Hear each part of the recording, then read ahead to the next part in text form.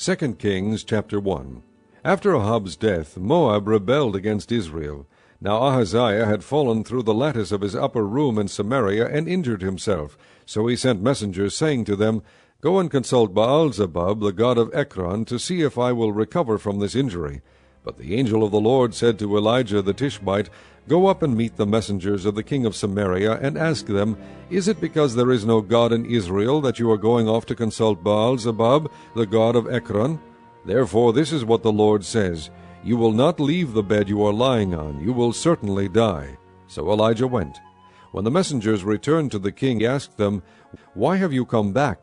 A man came to meet us, they replied, and he said to us, Go back to the king who sent you, and tell him, This is what the Lord says, Is it because there is no God in Israel that you are sending men to consult Baal-zebub, the god of Ekron? Therefore you will not leave the bed you are lying on, you will certainly die.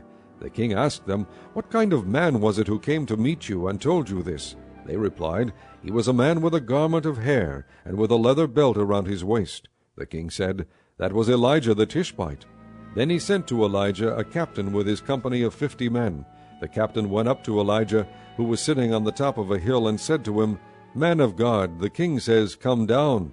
Elijah answered the captain, If I am a man of God, may fire come down from heaven and consume you and your 50 men.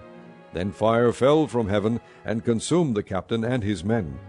At this the king sent to Elijah another captain with his 50 men. The captain said to him, Man of God, this is what the king says, Come down at once. If I am a man of God, Elijah replied, may fire come down from heaven and consume you and your 50 men. Then the fire of God fell from heaven and consumed him and his 50 men. So the king sent a third captain with his 50 men. This third captain went up and fell on his knees before Elijah. Man of God, he begged, please have respect for my life and the lives of these 50 men, your servants. See, fire has fallen from heaven and consumed the first 2 captains and all their men. But now have respect for my life.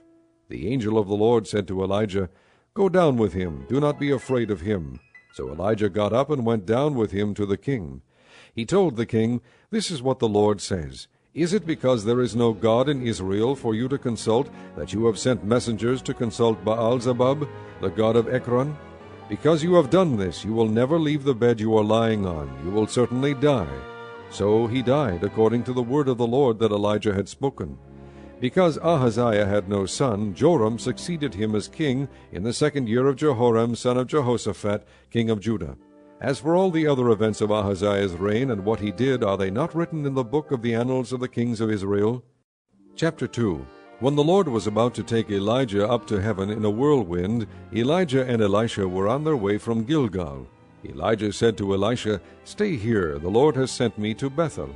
But Elisha said, As surely as the Lord lives, and as you live, I will not leave you. So they went down to Bethel.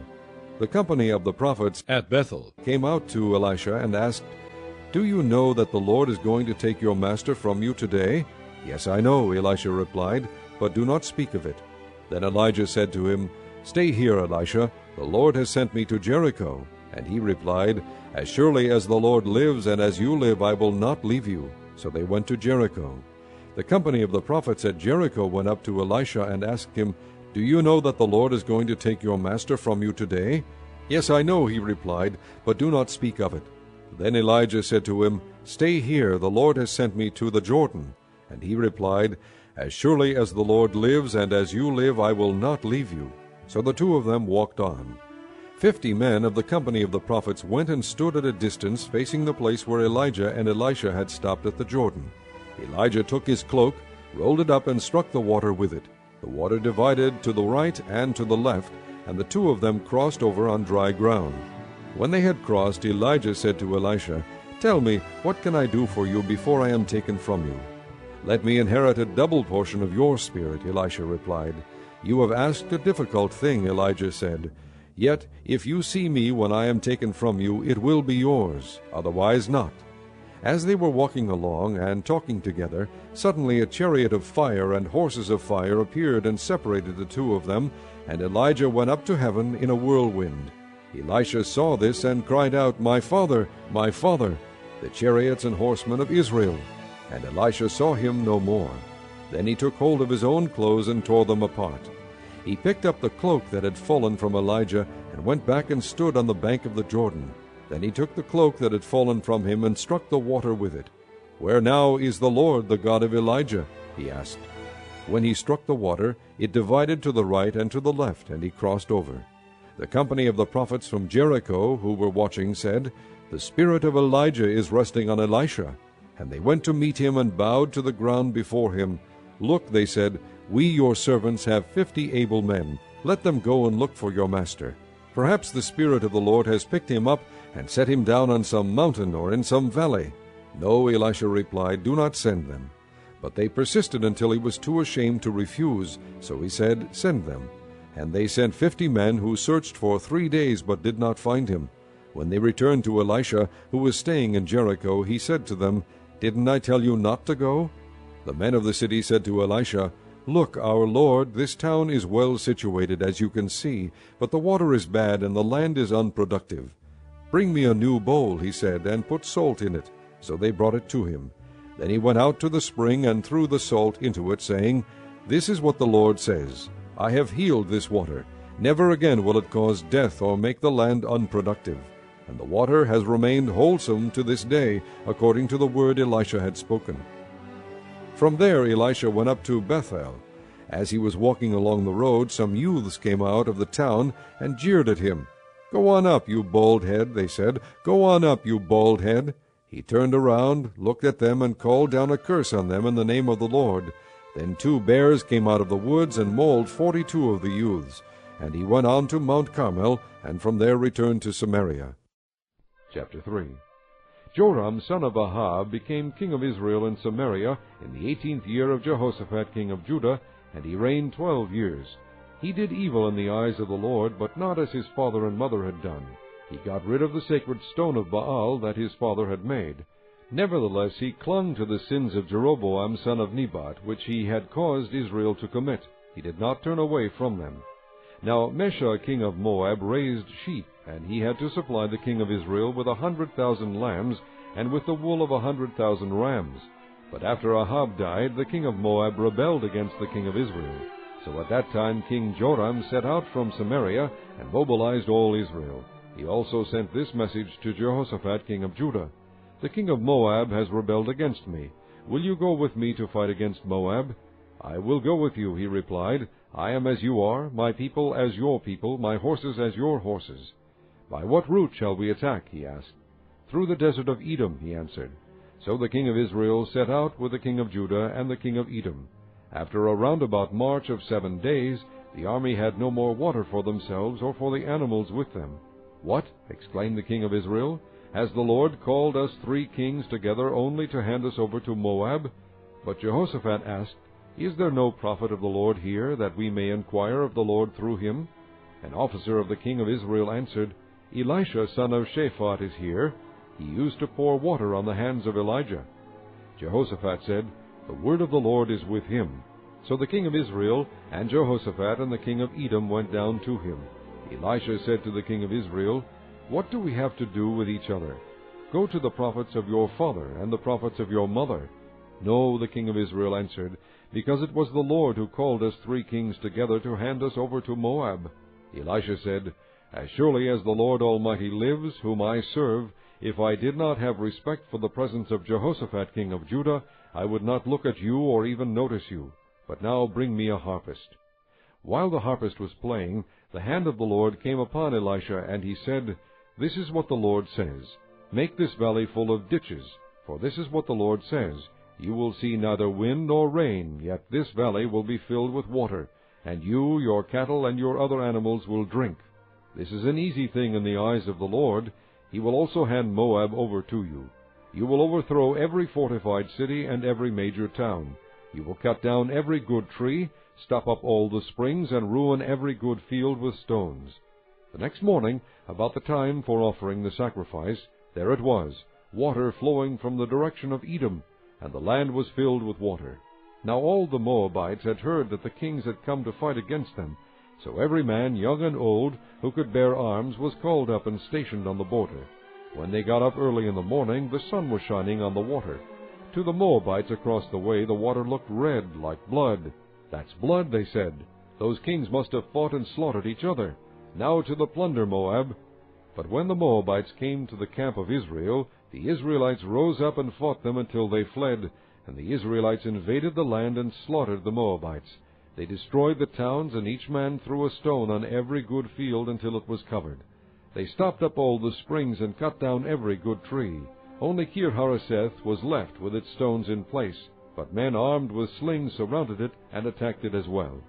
When the king of Moab saw that the battle had gone against him, he took with him 700 swordsmen to break through to the king of Edom, but they failed. Then he took his firstborn son, who was to succeed him as king, and offered him as a sacrifice on the city wall.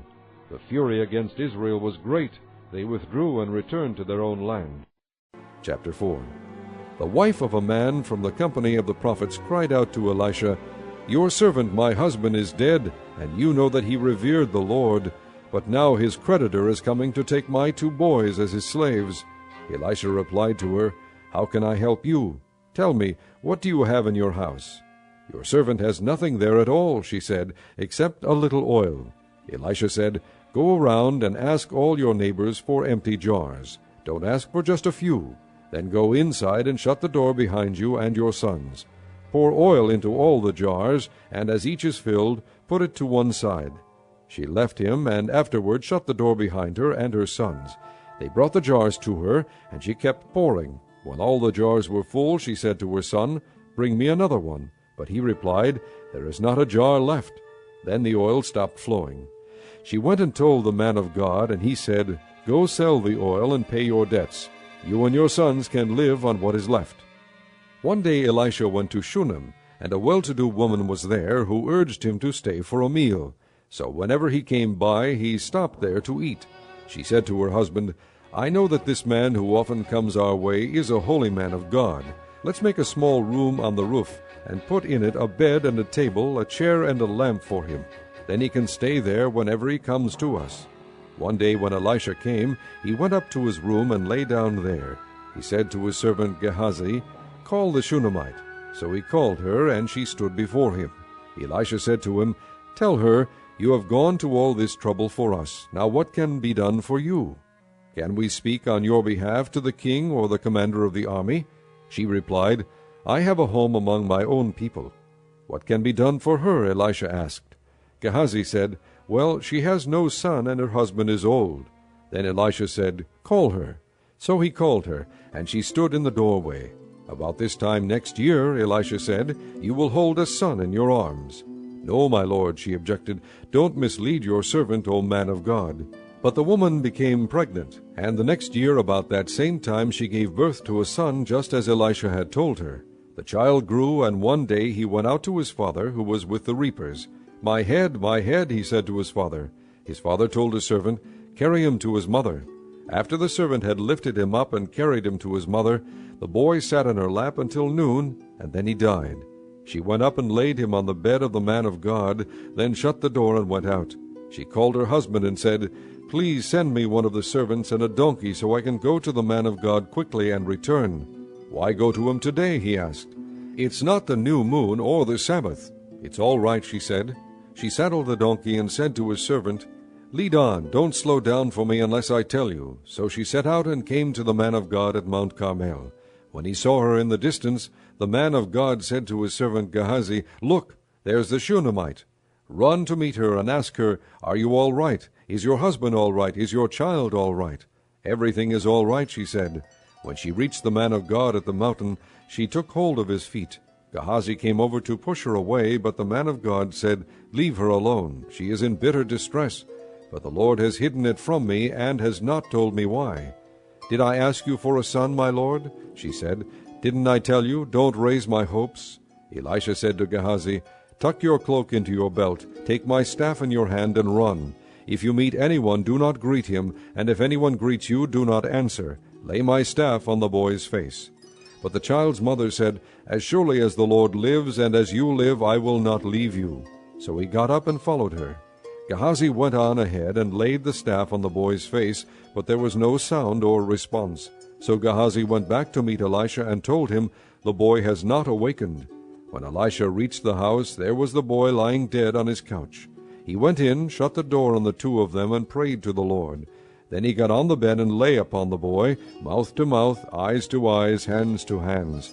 As he stretched himself out upon him, the boy's body grew warm. Elisha turned away and walked back and forth in the room, and then got on the bed and stretched out upon him once more. The boy sneezed 7 times and opened his eyes.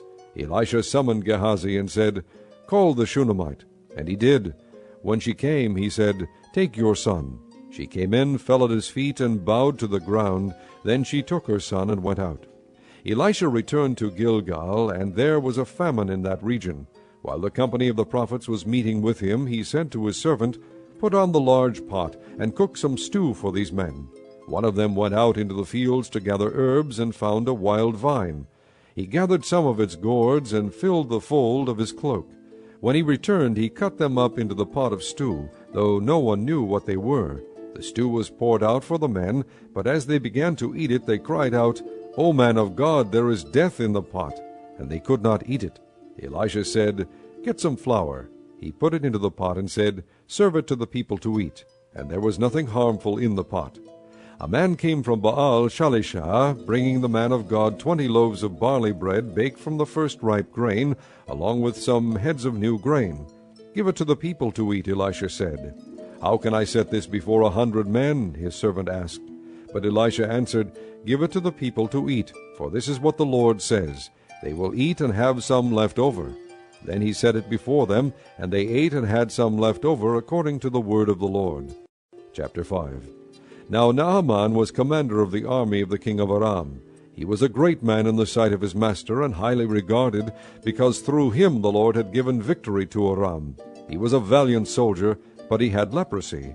Now bands from Aram had gone out, and had taken captive a young girl from Israel, and she served Naaman's wife. She said to her mistress, "If only my master would see the prophet who is in Samaria, he would cure him of his leprosy." Naaman went to his master and told him what the girl from Israel had said. "By all means go," the king of Aram replied. "I will send a letter to the king of Israel." So Naaman left, taking with him 10 talents of silver, 6,000 shekels of gold, and 10 sets of clothing. The letter that he took to the king of Israel read, "With this letter I am sending my servant Naaman to you, so that you may cure him of his leprosy." As soon as the king of Israel read the letter, he tore his robes and said, "Am I God? Can I kill and bring back to life? Why does this fellow send someone to me to be cured of his leprosy? See how he is trying to pick a quarrel with me." When Elisha the man of God heard that the king of Israel had torn his robes, he sent him this message, "Why have you torn your robes? Have the man come to me, and he will know that there is a prophet in Israel." So Naaman went with his horses and chariots, and stopped at the door of Elisha's house. Elisha sent a messenger to say to him, "Go, wash yourselves 7 times in the Jordan, and your flesh will be restored, and you will be cleansed." But Naaman went away angry, and said, "I thought that he would surely come out to me and stand and call on the name of the Lord his God, wave his hand over the spot, and cure me of my leprosy. Are not Abana and Pharpar, the rivers of Damascus, better than any of the waters of Israel? Couldn't I wash in them and be cleansed?" So he turned and went off in a rage. Naaman's servants went to him and said, "My father, if the prophet had told you to do some great thing, would you not have done it? How much more then, when he tells you, 'Wash and be cleansed'?" So he went down and dipped himself in the Jordan 7 times, as the man of God had told him, and his flesh was restored, and became clean like that of a young boy. Then Naaman and all his attendants went back to the man of God. He stood before him and said, "Now I know that there is no God in all the world except in Israel. Please accept now a gift from your servant." The prophet answered, "As surely as the Lord lives, whom I serve, I will not accept a thing." And even though Naaman urged him, he refused.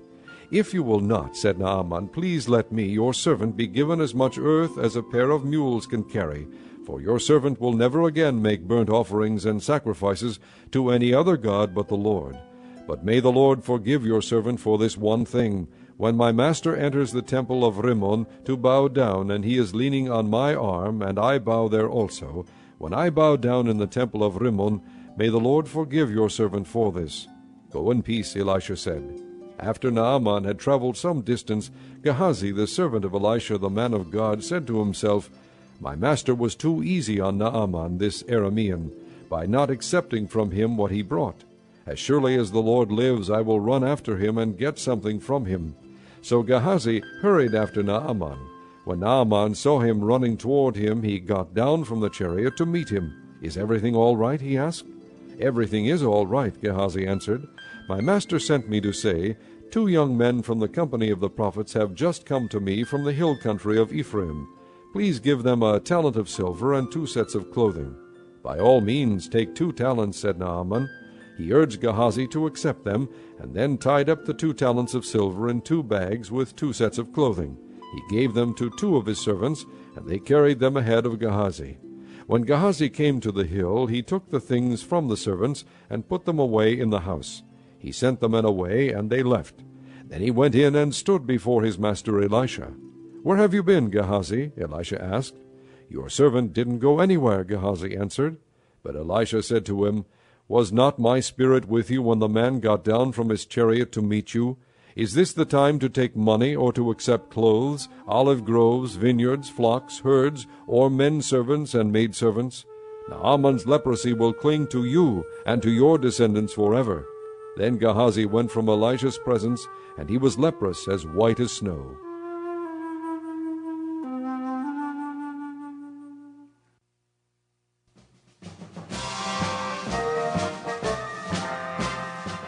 Chapter 6. The company of the prophets said to Elisha, "Look, the place where we meet with you is too small for us. Let us go to the Jordan, where each of us can get a pole, and let us build a place there for us to live." And he said, "Go." Then one of them said, "Won't you please come with your servants?" "I will," Elisha replied, and he went with them. They went to the Jordan and began to cut down trees. As one of them was cutting down a tree, the iron axe head fell into the water. "Oh, my Lord," he cried out, "it was borrowed." The man of God asked, "Where did it fall?" When he showed him the place, Elisha cut a stick and threw it there, and made the iron float. "Lift it out," he said. Then the man reached out his hand and took it. Now the king of Aram was at war with Israel. After conferring with his officers, he said, "I will set up my camp in such and such a place." The man of God sent word to the king of Israel, "Beware of passing that place, because the Arameans are going down there." So the king of Israel checked on the place indicated by the man of God. Time and again Elisha warned the king, so that he was on his guard in such places. This enraged the king of Aram. He summoned his officers and demanded of them, "Will you not tell me which of us is on the side of the king of Israel?" "None of us, my lord the king," said one of his officers, "but Elisha the prophet, who is in Israel, tells the king of Israel the very words you speak in your bedroom." "Go find out where he is," the king ordered, "so I can send men and capture him." The report came back, "He is in Dothan." Then he sent horses and chariots and a strong force there. They went by night and surrounded the city. When the servant of the man of God got up and went out early the next morning, an army with horses and chariots had surrounded the city. "Oh, my lord, what shall we do?" the servant asked. "Don't be afraid," the prophet answered. "Those who are with us are more than those who are with them." And Elisha prayed, "O Lord, open his eyes so he may see." Then the Lord opened the servant's eyes, and he looked and saw the hills full of horses and chariots of fire all around Elisha.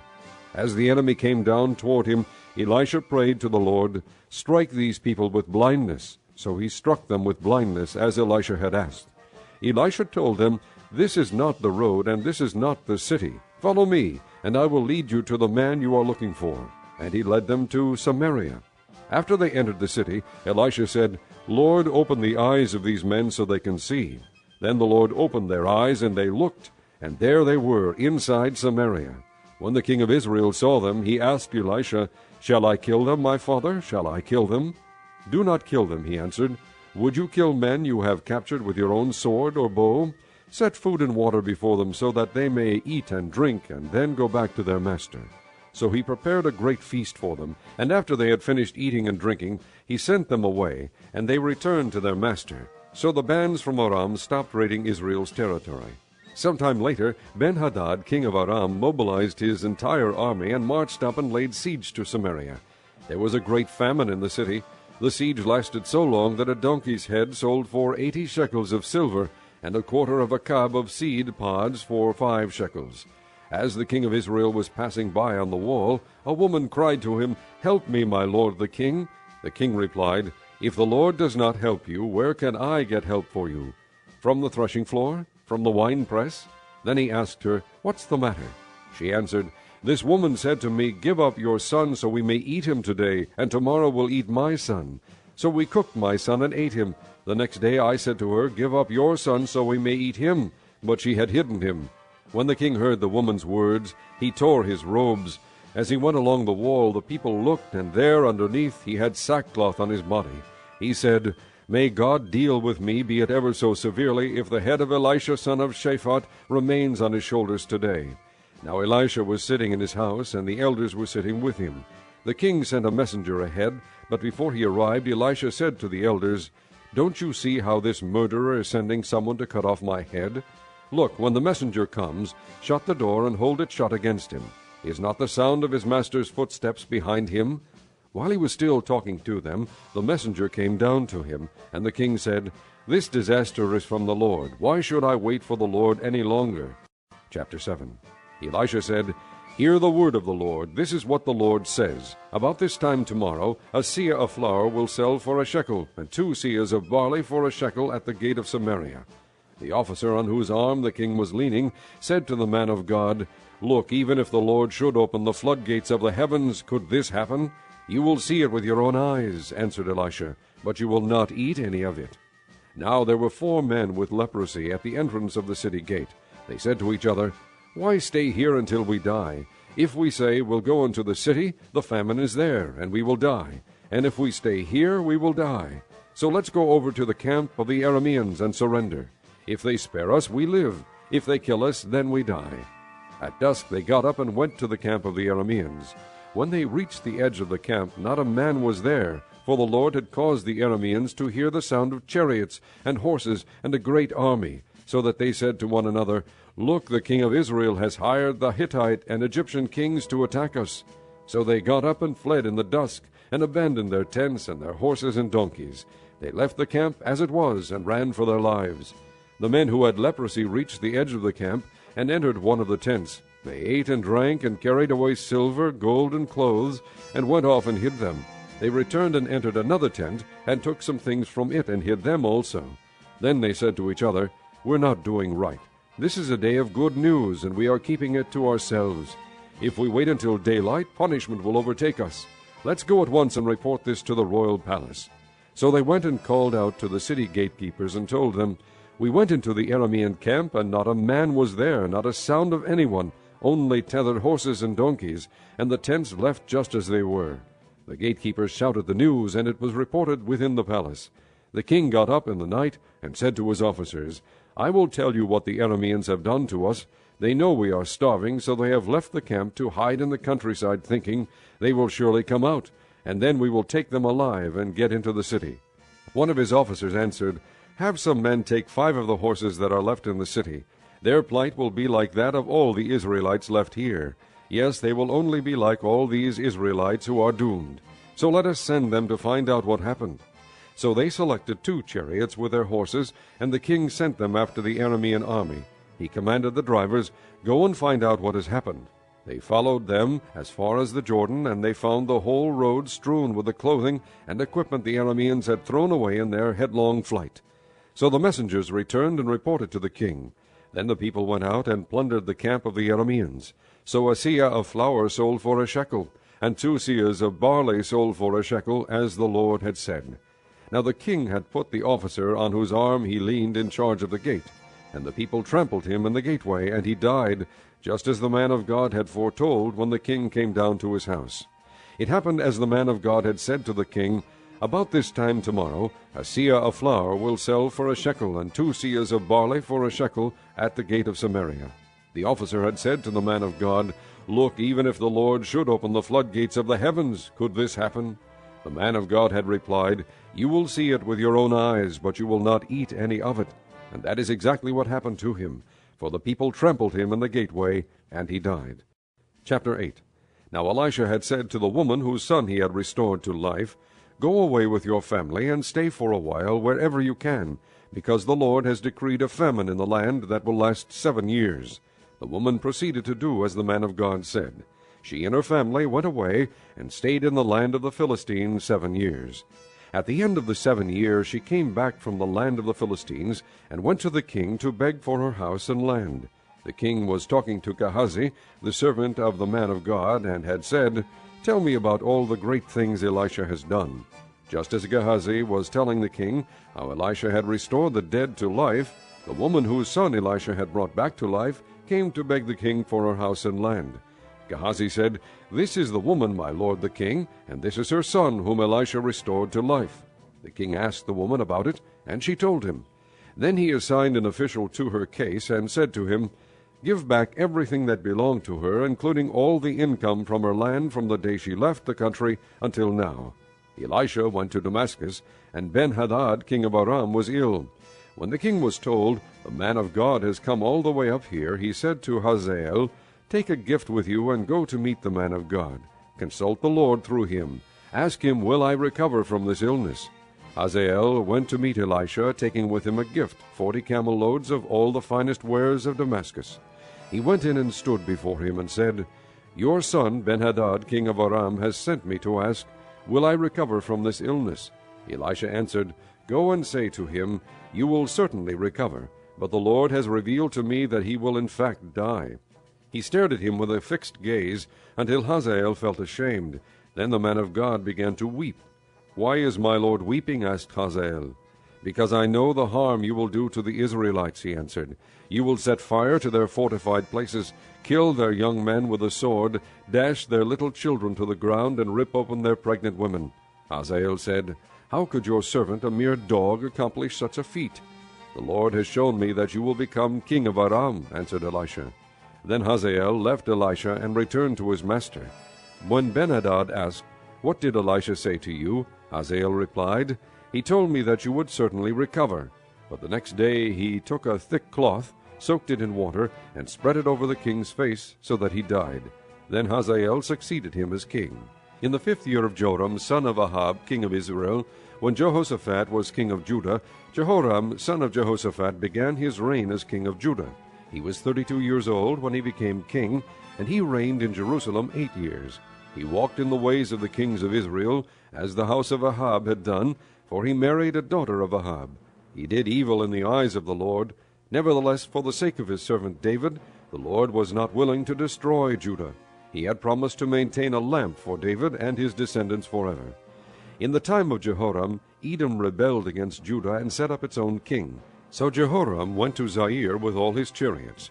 The Edomites surrounded him and his chariot commanders, but he rose up and broke through by night. His army, however, fled back home. To this day Edom has been in rebellion against Judah. Libnah revolted at the same time. As for the other events of Jehoram's reign, and all he did, are they not written in the book of the annals of the kings of Judah? Jehoram rested with his fathers, and was buried with them in the city of David. And Ahaziah his son succeeded him as king. In the 12th year of Joram, son of Ahab, king of Israel, Ahaziah, son of Jehoram, king of Judah, began to reign. Ahaziah was 22 years old when he became king, and he reigned in Jerusalem 1 year.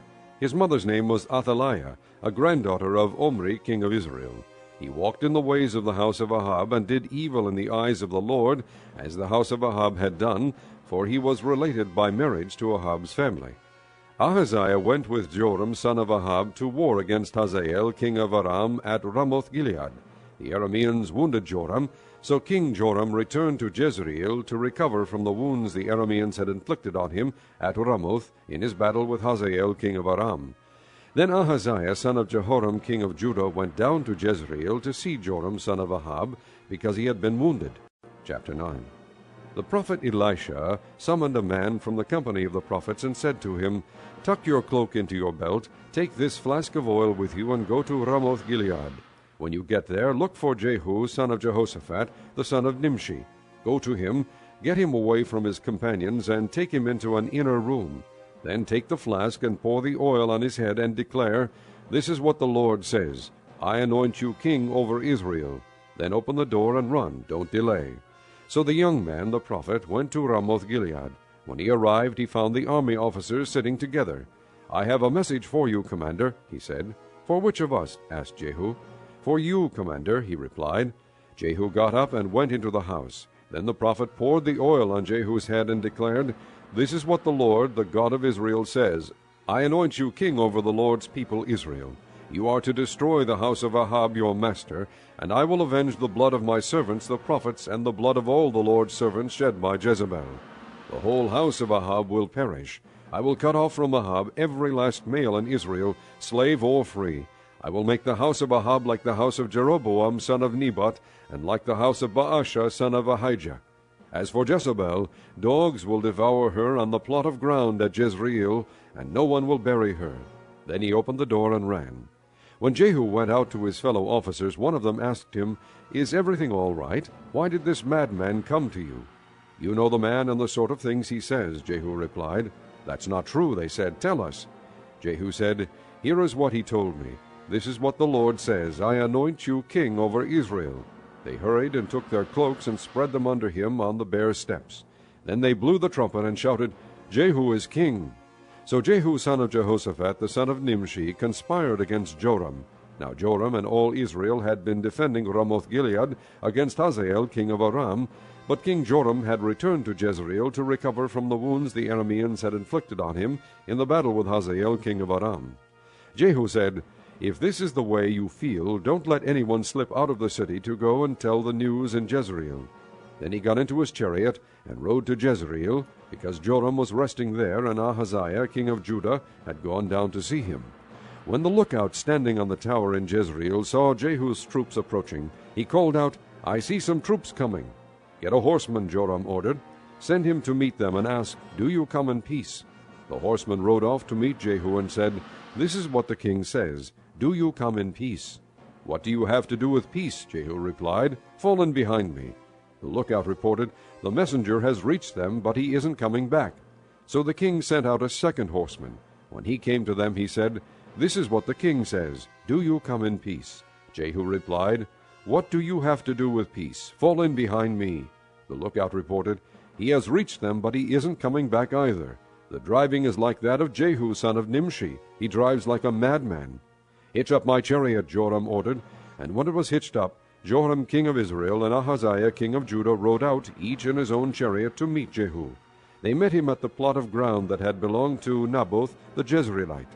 When Joram saw Jehu, he asked, Have you come in peace, Jehu?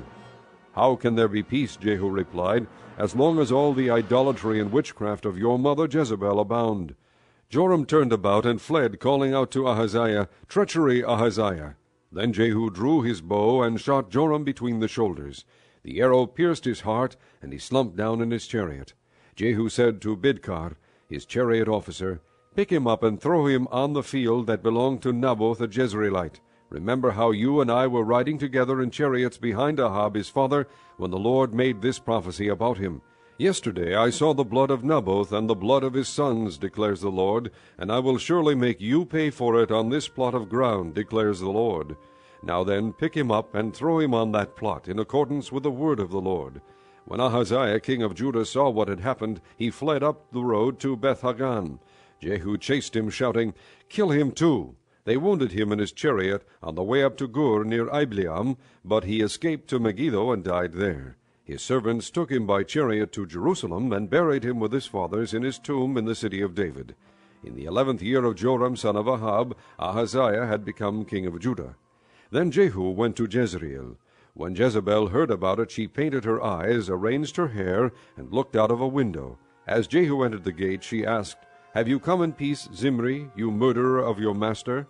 He looked up at the window and called out, Who is on my side? Who? 2 or 3 eunuchs looked down at him. Throw her down, Jehu said. So they threw her down, and some of her blood splattered the wall and the horses as they trampled her underfoot. Jehu went in and ate and drank. Take care of that cursed woman, he said, and bury her, for she was a king's daughter. But when they went out to bury her, they found nothing except her skull, her feet, and her hands. They went back and told Jehu, who said, This is the word of the Lord that he spoke through his servant Elijah the Tishbite. On the plot of ground at Jezreel, dogs will devour Jezebel's flesh. Jezebel's body will be like refuse on the ground in the plot at Jezreel, so that no one will be able to say, This is Jezebel. Chapter 10. Now there were in Samaria 70 sons of the house of Ahab. So Jehu wrote letters and sent them to Samaria, to the officials of Jezreel, to the elders, and to the guardians of Ahab's children.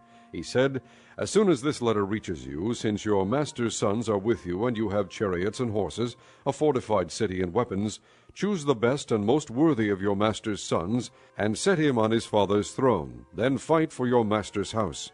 But they were terrified and said, "If 2 kings could not resist him, how can we?" So the palace administrator, the city governor, the elders, and the guardians sent this message to Jehu: "We are your servants, and we will do anything you say. We will not appoint anyone as king. You do whatever you think best." Then Jehu wrote them a second letter, saying, "If you are on my side and will obey me, take the heads of your master's sons, and come to me in Jezreel by this time tomorrow." Now the royal princes, 70 of them, were with the leading men of the city, who were rearing them. When the letter arrived, these men took the princes, and slaughtered all 70 of them. They put their heads in baskets, and sent them to Jehu in Jezreel. When the messenger arrived, he told Jehu, "They have brought the heads of the princes." Then Jehu ordered, "Put them in 2 piles at the entrance of the city gate until morning." The next morning Jehu went out. He stood before all the people, and said, "You are innocent. It was I who conspired against my master and killed him. But who killed all these? Know then that not a word the Lord has spoken against the house of Ahab will fail. The Lord has done what he promised through his servant Elijah." So Jehu killed everyone in Jezreel who remained of the house of Ahab, as well as all his chief men, his close friends, and his priests, leaving him no survivor. Jehu then set out and went toward Samaria. At Beth-eked of the shepherds he met some relatives of Ahaziah king of Judah, and asked, "Who are you?" They said, "We are relatives of Ahaziah, and we have come down to greet the families of the king and of the queen mother." "Take them alive," he ordered. So they took them alive and slaughtered them by the well of Beth-eked, 42 men. He left no survivor. After he left there, he came upon Jehonadab son of Rechab, who was on his way to meet him. Jehu greeted him and said, "Are you in accord with me, as I am with you?" "I am," Jehonadab answered. "If so," said Jehu, "give me your hand." So he did, and Jehu helped him up into the chariot. Jehu said, "Come with me and see my zeal for the Lord." Then he had him ride along in his chariot. When Jehu came to Samaria, he killed all who were left there of Ahab's family. He destroyed them according to the word of the Lord spoken to Elijah. Then Jehu brought all the people together and said to them, "Ahab served Baal a little. Jehu will serve him much. Now summon all the prophets of Baal, all his ministers, and all his priests. See that no one is missing, because I am going to hold a great sacrifice for Baal. Anyone who fails to come will no longer live." But Jehu was acting deceptively in order to destroy the ministers of Baal. Jehu said, "Call an assembly in honor of Baal." So they proclaimed it. Then he sent word throughout Israel, and all the ministers of Baal came, not one stayed away. They crowded into the temple of Baal until it was full from one end to the other. And Jehu said to the keeper of the wardrobe, "Bring robes for all the ministers of Baal." So he brought out robes for them. Then Jehu and Jehonadab son of Rechab went into the temple of Baal. Jehu said to the ministers of Baal, "Look around and see that no servants of the Lord are here with you, only ministers of Baal." So they went in to make sacrifices and burnt offerings. Now Jehu had posted 80 men outside with this warning, "If one of you lets any of the men I am placing in your hands escape, it will be your life for his life." As soon as Jehu had finished making the burnt offering, he ordered the guards and officers, "Go in and kill them. Let no one escape." So they cut them down with a sword. The guards and officers threw their bodies out, and then entered the inner shrine of the temple of Baal. They brought the sacred stone out of the temple of Baal and burned it. They demolished the sacred stone of Baal and tore down the temple of Baal, and people have used it for a latrine to this day. So Jehu destroyed Baal worship in Israel. However, he did not turn away from the sins of Jeroboam son of Nebat, which he had caused Israel to commit, the worship of the golden calves at Bethel and Dan. The Lord said to Jehu, "Because you have done well in accomplishing what is right in my eyes, and have done to the house of Ahab all I had in mind to do, your descendants will sit on the throne of Israel to the 4th generation." Yet Jehu was not careful to keep the law of the Lord, the God of Israel, with all his heart. He did not turn away from the sins of Jeroboam, which he had caused Israel to commit. In those days the Lord began to reduce the size of Israel. Hazael overpowered the Israelites throughout their territory east of the Jordan, in all the land of Gilead, the region of Gad, Reuben, and Manasseh, from Aroer by the Arnon gorge through Gilead to Bashan. As for the other events of Jehu's reign, all he did, and all his achievements, are they not written in the book of the annals of the kings of Israel? Jehu rested with his fathers, and was buried in Samaria, and Jehoahaz his son succeeded him as king. The time that Jehu reigned over Israel in Samaria was 28 years. Chapter 11. When Athaliah, the mother of Ahaziah, saw that her son was dead, she proceeded to destroy the whole royal family. But Jehosheba, the daughter of King Jehoram and sister of Ahaziah, took Joash, son of Ahaziah, and stole him away from among the royal princes, who were about to be murdered. She put him and his nurse in a bedroom to hide him from Athaliah, so he was not killed. He remained hidden with his nurse at the temple of the Lord for 6 years, while Athaliah ruled the land. In the 7th year Jehoiada sent for the commanders of units of 100, the Karites and the guards, and had them brought to him at the temple of the Lord. He made a covenant with them, and put them under oath at the temple of the Lord. Then he showed them the king's son. He commanded them, saying, This is what you are to do. You who are in the 3 companies that are going on duty on the Sabbath, 1/3 of you guarding the royal palace, 1/3 at the sewer gate, and 1/3 at the gate behind the guard, who take turns guarding the temple, and you who are in the other 2 companies that normally go off Sabbath duty, are all to guard the temple for the king. Station yourselves around the king, each man with his weapon in his hand. Anyone who approaches your ranks must be put to death. Stay close to the king wherever he goes. The commanders of units of 100 did just as Jehoiada the priest ordered. Each one took his men, those who were going on duty on the Sabbath and those who were going off duty, and came to Jehoiada the priest. Then he gave the commanders the spears and shields that had belonged to King David, and that were in the temple of the Lord. The guards, each with his weapon in his hand, stationed themselves around the king, near the altar and the temple, from the south side to the north side of the temple. Jehoiada brought out the king's son, and put the crown on him. He presented him with a copy of the covenant, and proclaimed him king. They anointed him, and the people clapped their hands, and shouted, Long live the king! When Athaliah heard the noise made by the guards and the people, she went to the people at the temple of the Lord. She looked, and there was the king standing by the pillar, as the custom was. The officers and the trumpeters were beside the king, and all the people of the land were rejoicing and blowing trumpets. Then Athaliah tore her robes and called out, Treason! Treason! Jehoiada the priest ordered the commanders of units of 100, who were in charge of the troops, Bring her out between the ranks, and put to the sword anyone who follows her. For the priest had said, She must not be put to death in the temple of the Lord. So they seized her as she reached the place where the horses entered the palace grounds, and there she was put to death. Jehoiada then made a covenant between the Lord and the king and people, that they would be the Lord's people. He also made a covenant between the king and the people. All the people of the land went to the temple of Baal and tore it down. They smashed the altars and idols to pieces, and killed Mattan, the priest of Baal, in front of the altars. Then Jehoiada the priest posted guards at the temple of the Lord. He took with him the commanders of hundreds, the Karites, the guards, and all the people of the land, and together they brought the king down from the temple of the Lord, and went into the palace, entering by way of the gate of the guards. The king then took his place on the royal throne, and all the people of the land rejoiced, and the city was quiet, because Athaliah had been slain with a sword at the palace. Joash was 7 years old when he began to reign. Chapter 12. In the 7th year of Jehu, Joash became king, and he reigned in Jerusalem 40 years. His mother's name was Zebiah. She was from Beersheba. Joash did what was right in the eyes of the Lord all the years Jehoiada the priest instructed him. The high places, however, were not removed. The people continued to offer sacrifices and burn incense there. Joash said to the priests, Collect all the money that is brought as sacred offerings to the temple of the Lord, the money collected in the census, the money received from personal vows, and the money brought voluntarily to the temple. Let every priest receive the money from one of the treasurers, and let it be used to repair whatever damage is found in the temple. But by the 23rd year of King Joash, the priests still had not repaired the temple. Therefore King Joash summoned Jehoiada the priest and the other priests, and asked them, Why aren't you repairing the damage done to the temple? Take no more money from your treasurers, but hand it over for repairing the temple. The priests agreed that they would not collect any more money from the people, and that they would not repair the temple themselves. Jehoiada the priest took a chest and bored a hole in its lid. He placed it beside the altar on the right side as one enters the temple of the Lord. The priests who guarded the entrance put into the chest all the money that was brought to the temple of the Lord.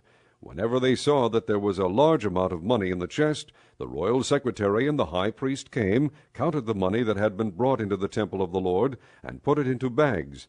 When the amount had been determined, they gave the money to the men appointed to supervise the work on the temple.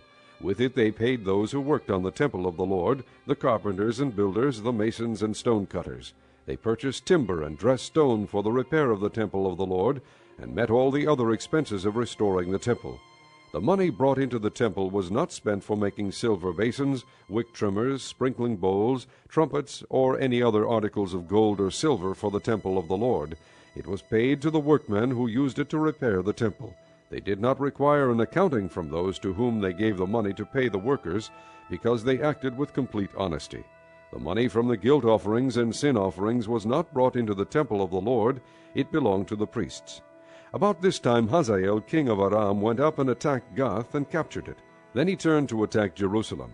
But Joash king of Judah took all the sacred objects dedicated by his fathers, Jehoshaphat, Jehoram, and Ahaziah, the kings of Judah, and the gifts he himself had dedicated, and all the gold found in the treasuries of the temple of the Lord, and of the royal palace, and he sent them to Hazael king of Aram, who then withdrew from Jerusalem.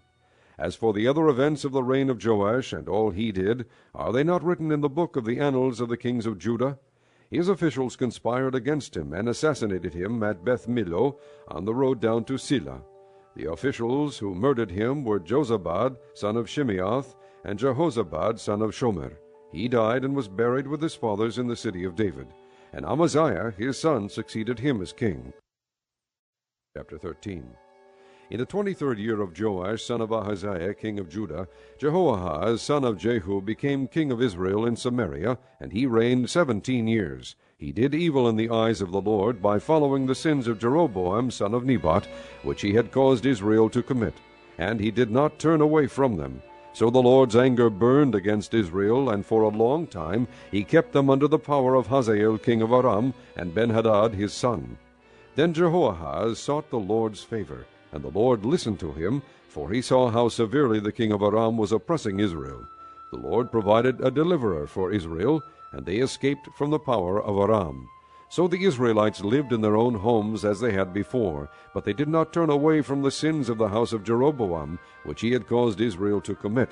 They continued in them. Also the Asherah pole remained standing in Samaria. Nothing had been left of the army of Jehoahaz except 50 horsemen, 10 chariots, and 10,000 foot soldiers, for the king of Aram had destroyed the rest, and made them like the dust at threshing time. As for the other events of the reign of Jehoahaz, all he did and his achievements, are they not written in the book of the annals of the kings of Israel? Jehoahaz rested with his fathers, and was buried in Samaria. And Jehoash his son succeeded him as king. In the 37th year of Joash king of Judah, Jehoash son of Jehoahaz became king of Israel in Samaria, and he reigned 16 years. He did evil in the eyes of the Lord, and did not turn away from any of the sins of Jeroboam son of Nebat, which he had caused Israel to commit. He continued in them. As for the other events of the reign of Jehoash, all he did and his achievements, including his war against Amaziah king of Judah, are they not written in the book of the annals of the kings of Israel? Jehoash rested with his fathers, and Jeroboam succeeded him on the throne. Jehoash was buried in Samaria with the kings of Israel. Now Elisha was suffering from the illness from which he died. Jehoash king of Israel went down to see him, and wept over him. My father, he cried, the chariots and horsemen of Israel. Elisha said, Get a bow and some arrows. And he did so. Take the bow in your hands, he said to the king of Israel. When he had taken it, Elisha put his hands on the king's hands. Open the east window, he said, and he opened it. Shoot, Elisha said, and he shot. The Lord's arrow of victory, the arrow of victory over Aram, Elisha declared. You will completely destroy the Arameans at Aphek. Then he said, Take the arrows, and the king took them. Elisha told him, Strike the ground. He struck it 3 times and stopped. The man of God was angry with him and said, You should have struck the ground 5 or 6 times. Then you would have defeated Aram and completely destroyed it. But now you will defeat it only 3 times. Elisha died and was buried. Now Moabite raiders used to enter the country every spring. Once, while some Israelites were burying a man, suddenly they saw a band of raiders, so they threw the man's body into Elisha's tomb. When the body touched Elisha's bones, the man came to life and stood up on his feet. Hazael king of Aram oppressed Israel throughout the reign of Jehoahaz. But the Lord was gracious to them, and had compassion, and showed concern for them, because of his covenant with Abraham, Isaac, and Jacob. To this day he has been unwilling to destroy them or banish them from his presence. Hazael king of Aram died, and Ben-Hadad his son succeeded him as king. Then Jehoash son of Jehoahaz recaptured from Ben-Hadad son of Hazael the towns he had taken in battle from his father Jehoahaz. 3 times Jehoash defeated him, and so he recovered the Israelite towns. Chapter 14. In the 2nd year of Jehoash son of Jehoahaz king of Israel, Amaziah son of Joash king of Judah began to reign. He was 25 years old when he became king, and he reigned in Jerusalem 29 years. His mother's name was Jehoadine. She was from Jerusalem. He did what was right in the eyes of the Lord, but not as his father David had done. In everything he followed the example of his father Joash. The high places, however, were not removed. The people continued to offer sacrifices and burn incense there. After the kingdom was firmly in his grasp, he executed the officials who had murdered his father the king. Yet he did not put the sons of the assassins to death, in accordance with what is written in the book of the law of Moses, where the Lord commanded, "Fathers shall not be put to death for their children, nor children put to death for their fathers. Each is to die for his own sins." He was the one who defeated 10,000 Edomites in the valley of Salt, and captured Selah in battle, calling it Joktheel, the name it has to this day. Then Amaziah sent messengers to Jehoash son of Jehoahaz, the son of Jehu, king of Israel, with the challenge, "Come meet me face to face." But Jehoash king of Israel replied to Amaziah king of Judah, "A thistle in Lebanon sent a message to a cedar in Lebanon, 'Give your daughter to my son in marriage.' Then a wild beast in Lebanon came along and trampled the thistle underfoot. You have indeed defeated Edom, and now you are arrogant. Glory in your victory, but stay at home. Why ask for trouble and cause your own downfall and that of Judah also?" Amaziah, however, would not listen, so Jehoash king of Israel attacked. He and Amaziah king of Judah faced each other at Beth-Shemesh in Judah. Judah was routed by Israel, and every man fled to his home. Jehoash king of Israel captured Amaziah king of Judah, the son of Joash, the son of Ahaziah, at Beth-Shemesh. Then Jehoash went to Jerusalem and broke down the wall of Jerusalem from the Ephraim gate to the corner gate, a section about 600 feet long. He took all the gold and silver and all the articles found in the temple of the Lord and in the treasuries of the royal palace. He also took hostages and returned to Samaria. As for the other events of the reign of Jehoash, what he did and his achievements, including his war against Amaziah king of Judah, are they not written in the book of the annals of the kings of Israel? Jehoash rested with his fathers and was buried in Samaria with the kings of Israel. And Jeroboam his son succeeded him as king. Amaziah son of Joash king of Judah lived for 15 years after the death of Jehoash son of Jehoahaz king of Israel. As for the other events of Amaziah's reign, are they not written in the book of the annals of the kings of Judah? They conspired against him in Jerusalem, and he fled to Lachish, but they sent men after him to Lachish, and killed him there. He was brought back by horse, and was buried in Jerusalem with his fathers in the city of David. Then all the people of Judah took Azariah, who was 16 years old, and made him king in place of his father Amaziah. He was the one who rebuilt Elath, and restored it to Judah after Amaziah rested with his fathers. In the 15th year of Amaziah son of Joash king of Judah, Jeroboam son of Jehoash king of Israel became king in Samaria, and he reigned 41 years. He did evil in the eyes of the Lord, and did not return away from any of the sins of Jeroboam son of Nebat, which he had caused Israel to commit. He was the one who restored the boundaries of Israel from Lebo-Hamath to the sea of the Arabah, in accordance with the word of the Lord, the God of Israel, spoken through his servant Jonah son of Amittai, the prophet from Gath-Hepher. The Lord had seen how bitterly everyone in Israel, whether slave or free, was suffering. There was no one to help them.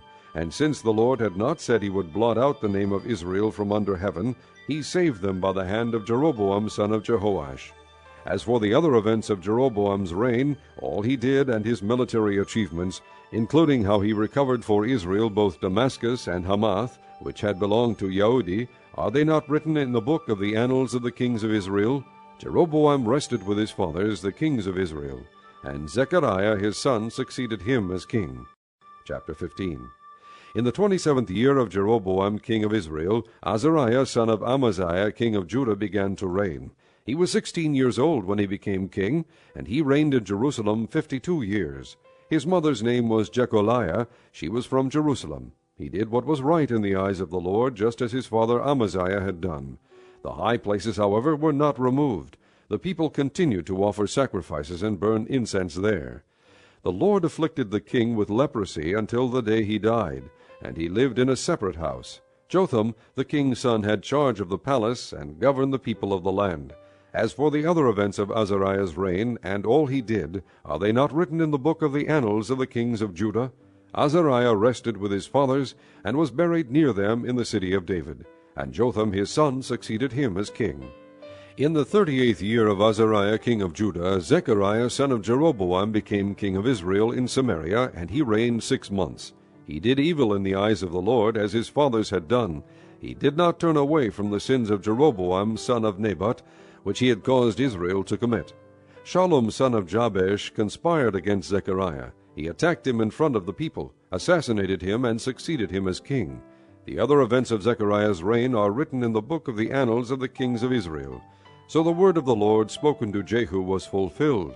Your descendants will sit on the throne of Israel to the 4th generation. Shallum son of Jabesh became king in the 39th year of Uzziah king of Judah, and he reigned in Samaria 1 month. Then Menachem son of Gadi went from Tirzah up to Samaria. He attacked Shallum son of Jabesh in Samaria, assassinated him, and succeeded him as king.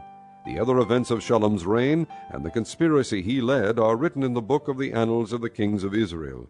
At that time Menachem started out from Tirzah, attacked Tifsah and everyone in the city and its vicinity, because they refused to open their gates. He sacked Tifsah and ripped open all the pregnant women. In the 39th year of Azariah king of Judah, Menachem son of Gadi became king of Israel, and he reigned in Samaria 10 years. He did evil in the eyes of the Lord. During his entire reign he did not turn away from the sins of Jeroboam son of Nebat, which he had caused Israel to commit. Then Pul, king of Assyria, invaded the land, and Menachem gave him 1,000 talents of silver to gain his support and strengthen his own hold on the kingdom. Menachem exacted this money from Israel. Every wealthy man had to contribute 50 shekels of silver to be given to the king of Assyria. So the king of Assyria withdrew and stayed in the land no longer. As for the other events of Menachem's reign and all he did, are they not written in the book of the annals of the kings of Israel? Menachem rested with his fathers, and Pekahiah his son succeeded him as king. In the 50th year of Azariah king of Judah, Pekahiah son of Menachem became king of Israel in Samaria, and he reigned 2 years. Pekahiah did evil in the eyes of the Lord. He did not turn away from the sins of Jeroboam son of Nebat, which he had caused Israel to commit.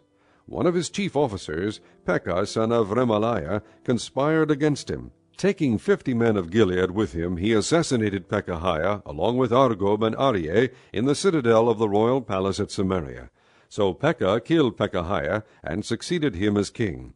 The other events of Pekahiah's reign, and all he did, are written in the book of the annals of the kings of Israel. In the 52nd year of Azariah king of Judah, Pekah son of Remaliah became king of Israel in Samaria, and he reigned 20 years. He did evil in the eyes of the Lord. He did not turn away from the sins of Jeroboam son of Nebat, which he had caused Israel to commit. In the time of Pekah king of Israel, Tiglath-Pileser king of Assyria came and took Ijon, Abel-Beth-Maacah, Janoah, Kadesh, and Hazor. He took Gilead and Galilee, including all the land of Naphtali, and deported the people to Assyria. Then Hosea, son of Elah, conspired against Pekah, son of Remaliah. He attacked and assassinated him, and then succeeded him as king in the 20th year of Jotham, son of Uzziah. As for the other events of Pekah's reign, and all he did, are they not written in the book of the annals of the kings of Israel? In the 2nd year of Pekah, son of Remaliah, king of Israel, Jotham, son of Uzziah, king of Judah, began to reign. He was 25 years old when he became king, and he reigned in Jerusalem 16 years. His mother's name was Jerusha, daughter of Zadok. He did what was right in the eyes of the Lord, just as his father Uzziah had done. The high places, however, were not removed. The people continued to offer sacrifices and burn incense there. Jotham rebuilt the upper gate of the temple of the Lord. As for the other events of Jotham's reign and what he did, are they not written in the book of the annals of the kings of Judah? In those days the Lord began to send Rezin king of Aram and Pekah son of Remaliah against Judah. Jotham rested with his fathers, and was buried with them in the city of David, the city of his father. And Ahaz his son succeeded him as king.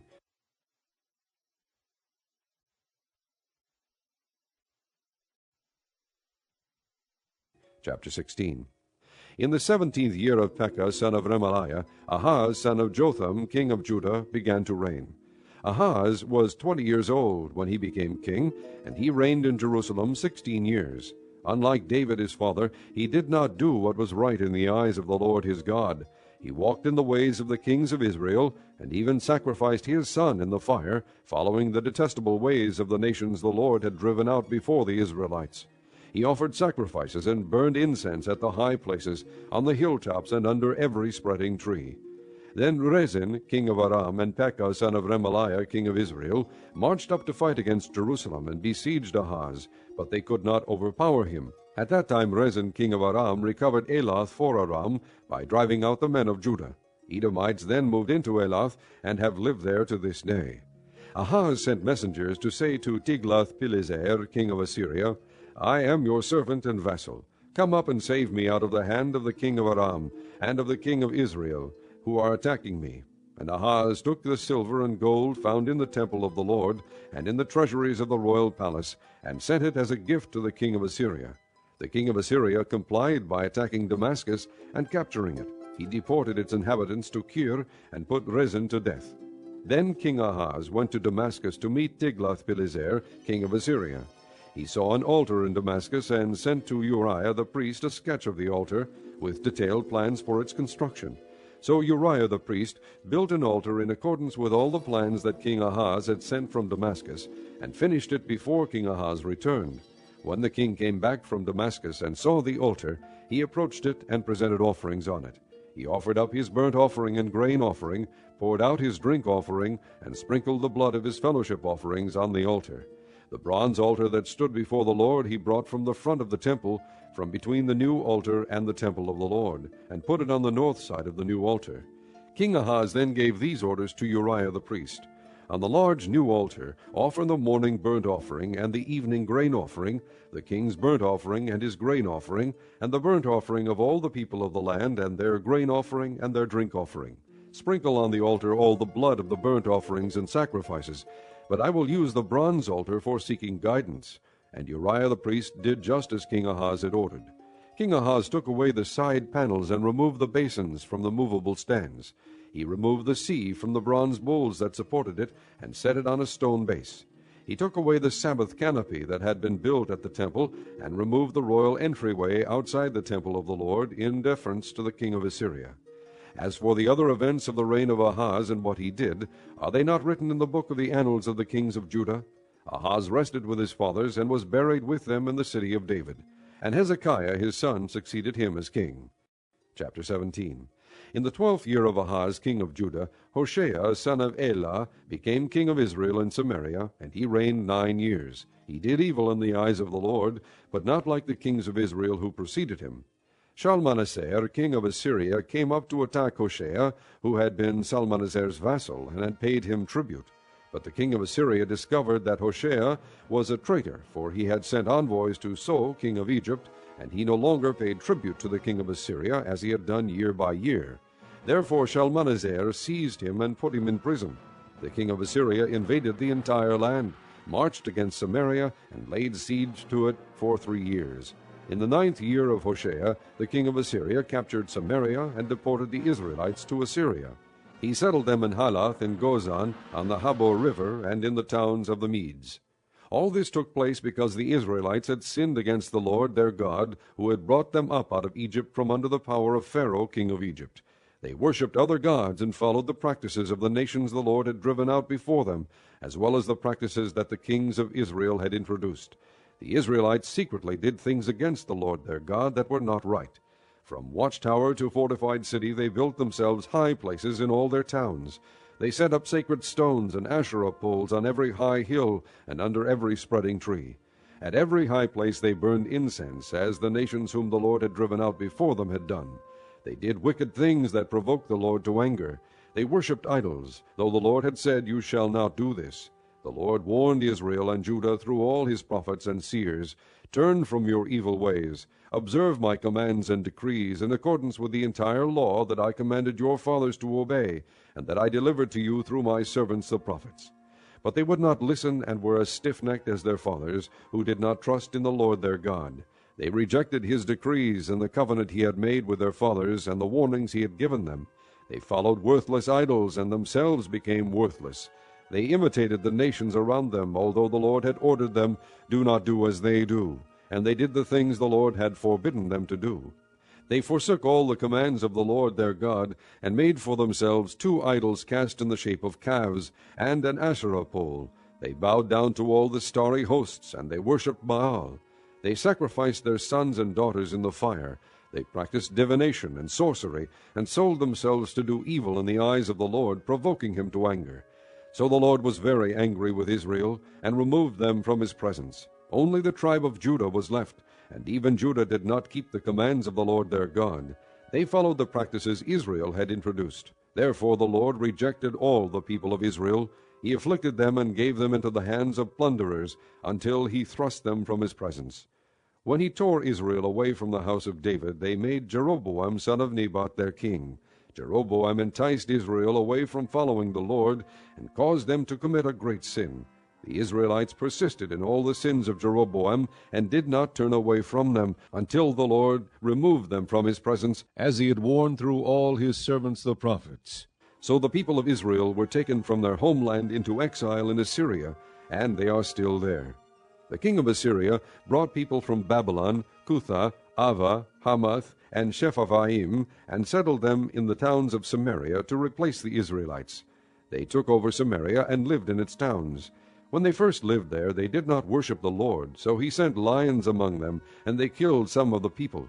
It was reported to the king of Assyria, "The people you deported and resettled in the towns of Samaria do not know what the God of that country requires.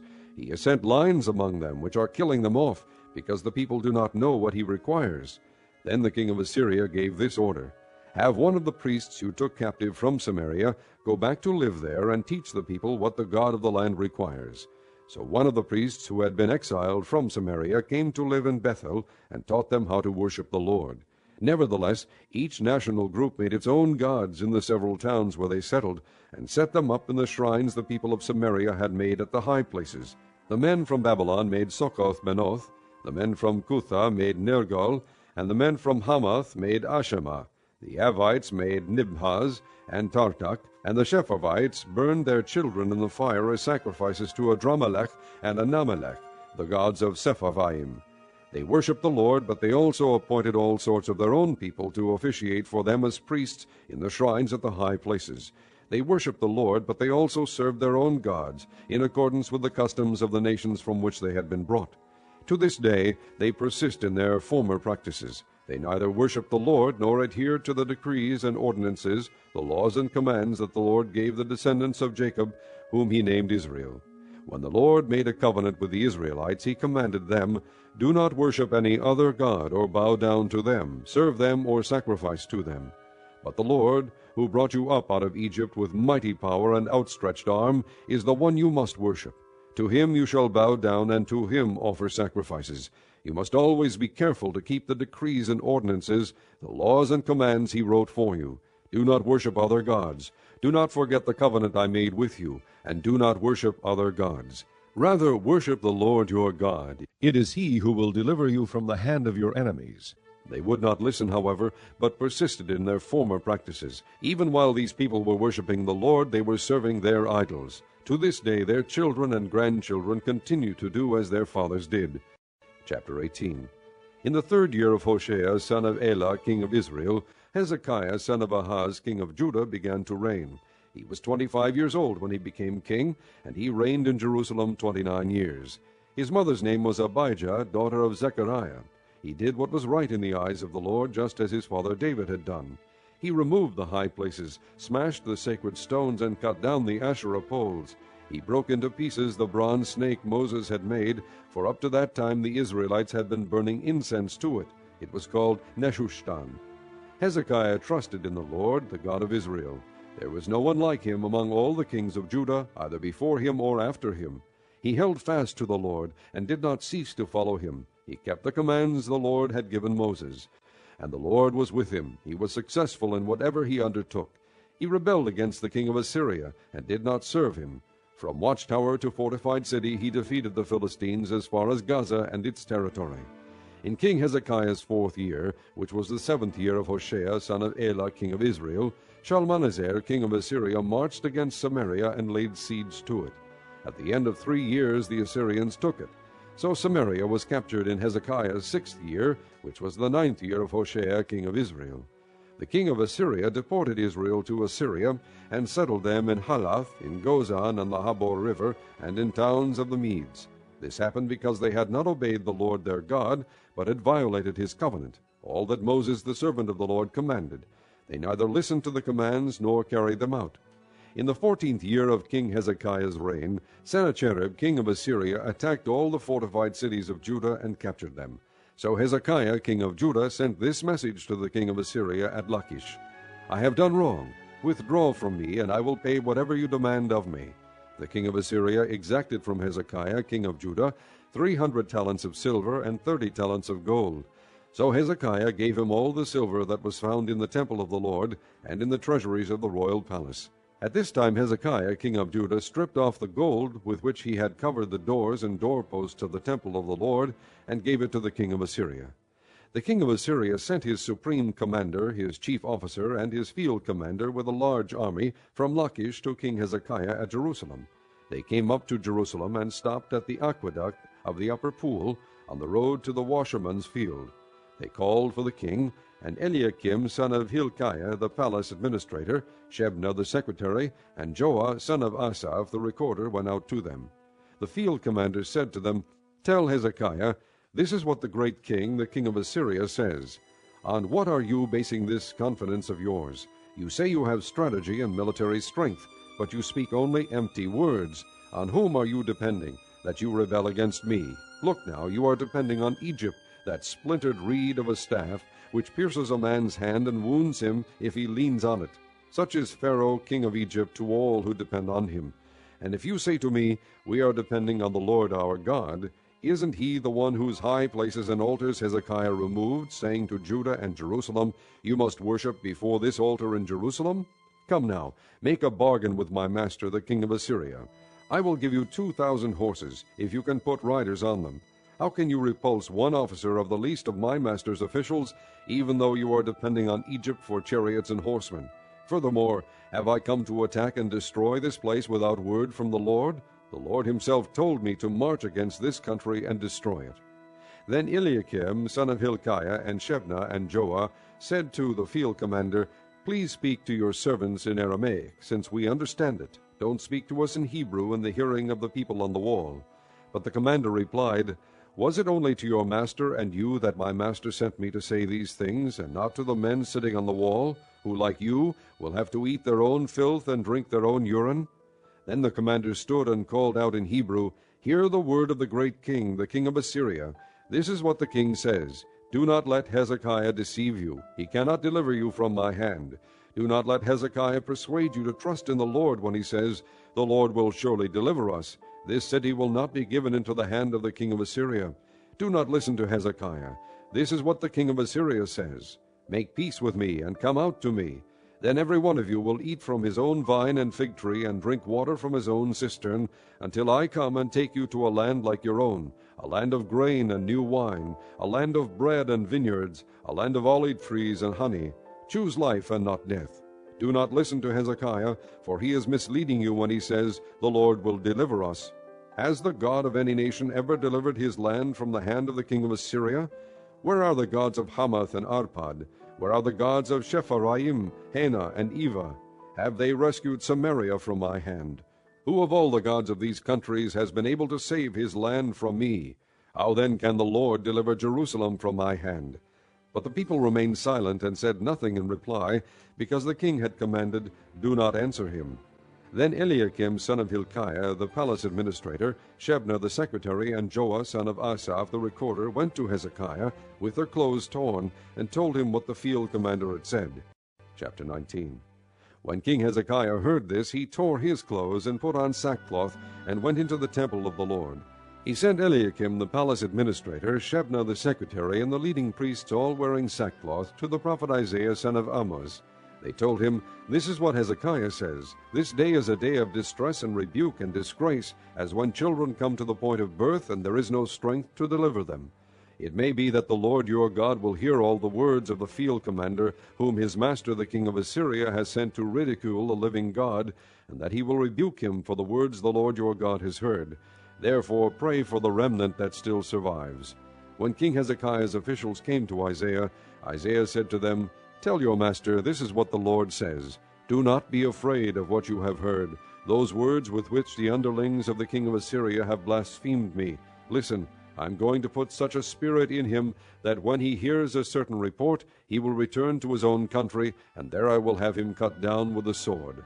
When the field commander heard that the king of Assyria had left Lachish, he withdrew and found the king fighting against Libnah. Now Sennacherib received a report that Tirhakah, the Cushite king of Egypt, was marching out to fight against him.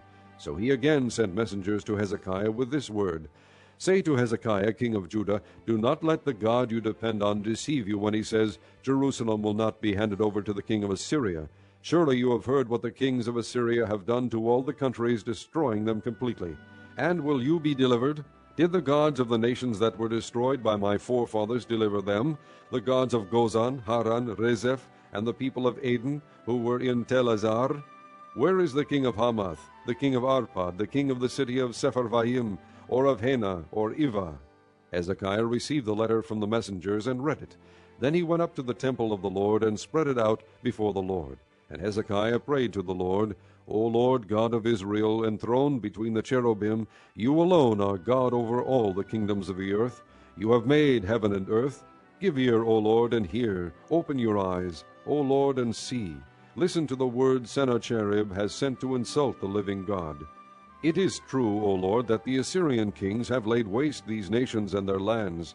They have thrown their gods into the fire and destroyed them, for they were not gods, but only wood and stone, fashioned by men's hands. Now, O Lord our God, deliver us from his hand, so that all kingdoms on earth may know that you alone, O Lord our God." Then Isaiah son of Amoz sent a message to Hezekiah. "This is what the Lord, the God of Israel, says. I have heard your prayer concerning Sennacherib, king of Assyria. This is the word that the Lord has spoken against him. The virgin daughter of Zion despises you and mocks you.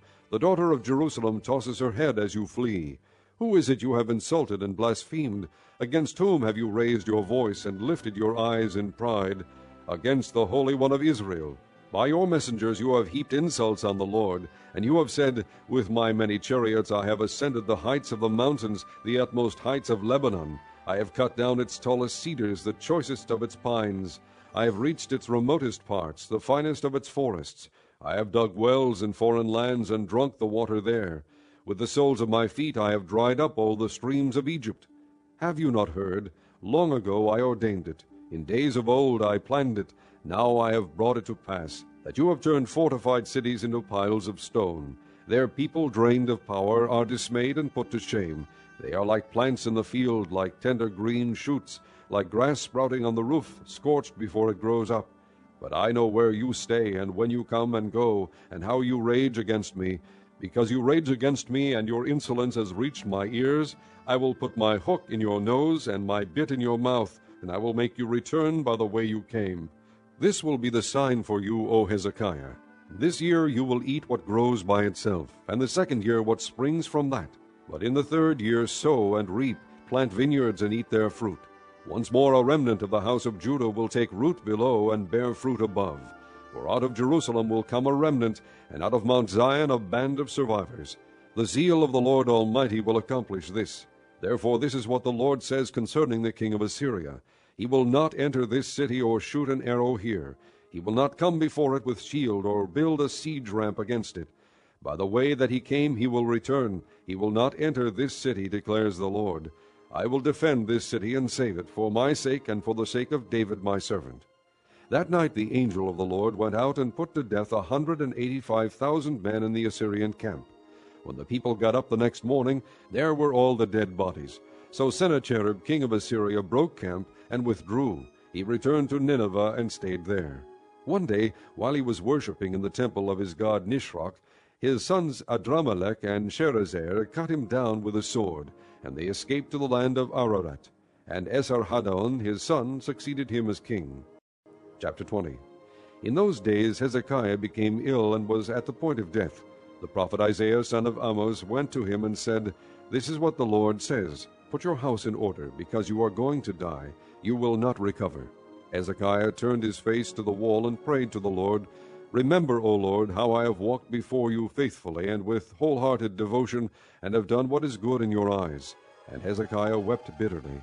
Before Isaiah had left the middle court, the word of the Lord came to him, Go back and tell Hezekiah, the leader of my people, This is what the Lord, the God of your father David, says, I have heard your prayer and seen your tears. I will heal you. On the 3rd day from now you will go up to the temple of the Lord. I will add 15 years to your life, and I will deliver you and this city from the hand of the king of Assyria. I will defend this city for my sake and for the sake of my servant David. Then Isaiah said, Prepare a poultice of figs. They did so and applied it to the boil, and he recovered. Hezekiah had asked Isaiah, What will be the sign that the Lord will heal me, and that I will go up to the temple of the Lord on the 3rd day from now? Isaiah answered, This is the Lord's sign to you that the Lord will do what he has promised. Shall the shadow go forward 10 steps, or shall it go back 10 steps? It is a simple matter for the shadow to go forward 10 steps, said Hezekiah. Rather have it go back 10 steps. Then the prophet Isaiah called upon the Lord, and the Lord made the shadow go back the 10 steps it had gone down on the stairway of Ahaz. At that time Merodach-Baladan, son of Baladan, king of Babylon, sent Hezekiah letters and a gift, because he had heard of Hezekiah's illness. Hezekiah received the messengers, and showed them all that was in his storehouses, the silver, the gold, the spices, and the fine oil, his armory, and everything found among his treasures. There was nothing in his palace or in all his kingdom that Hezekiah did not show them.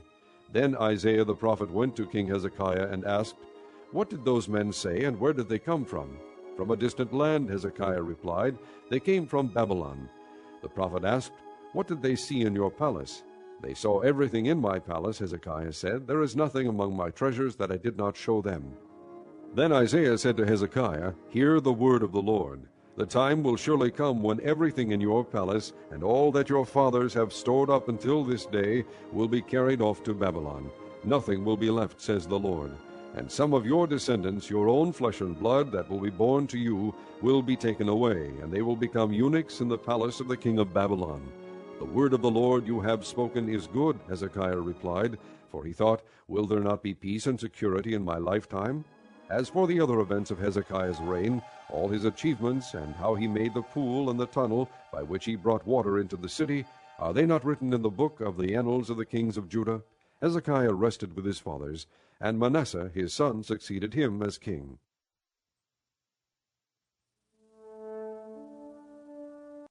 Chapter 21.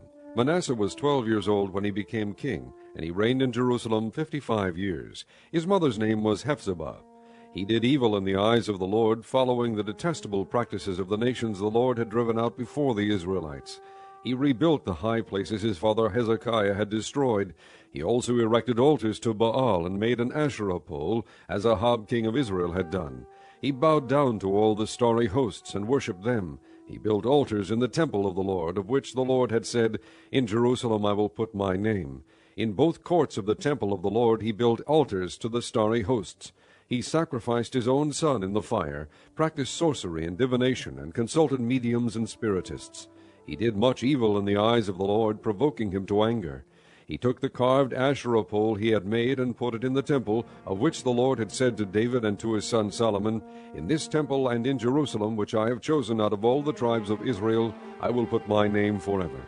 I will not again make the feet of the Israelites wander from the land I gave their forefathers, if only they will be careful to do everything I commanded them, and will keep the whole law that my servant Moses gave them. But the people did not listen, Manasseh led them astray, so that they did more evil than the nations the Lord had destroyed before the Israelites. The Lord said through his servants the prophets, Manasseh king of Judah has committed these detestable sins. He has done more evil than the Amorites who preceded him, and has led Judah into sin with his idols. Therefore this is what the Lord, the God of Israel, says, I am going to bring such disaster on Jerusalem and Judah that the ears of everyone who hears of it will tingle. I will stretch out over Jerusalem the measuring line used against Samaria, and the plumb line used against the house of Ahab. I will wipe out Jerusalem as one wipes a dish, wiping it and turning it upside down. I will forsake the remnant of my inheritance, and hand them over to their enemies. They will be looted and plundered by all their foes, because they have done evil in my eyes, and have provoked me to anger from the day their forefathers came out of Egypt until this day. Moreover, Manasseh also shed so much innocent blood that he filled Jerusalem from end to end, besides the sin that he had caused Judah to commit, so that they did evil in the eyes of the Lord. As for the other events of Manasseh's reign, and all he did, including the sin he committed, are they not written in the book of the annals of the kings of Judah? Manasseh rested with his fathers, and was buried in his palace garden, the garden of Uzzah, and Amon his son succeeded him as king. Amon was 22 years old when he became king, and he reigned in Jerusalem 2 years. His mother's name was Meshullemeth, daughter of Haruz. She was from Jotbah. He did evil in the eyes of the Lord, as his father Manasseh had done. He walked in all the ways of his father. He worshipped the idols his father had worshipped, and bowed down to them. He forsook the Lord, the God of his fathers, and did not walk in the way of the Lord. Amon's officials conspired against him, and assassinated the king in his palace.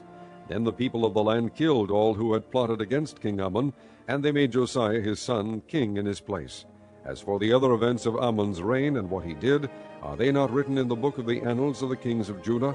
He was buried in his grave in the garden of Uzzah, and Josiah his son succeeded him as king. Chapter 22.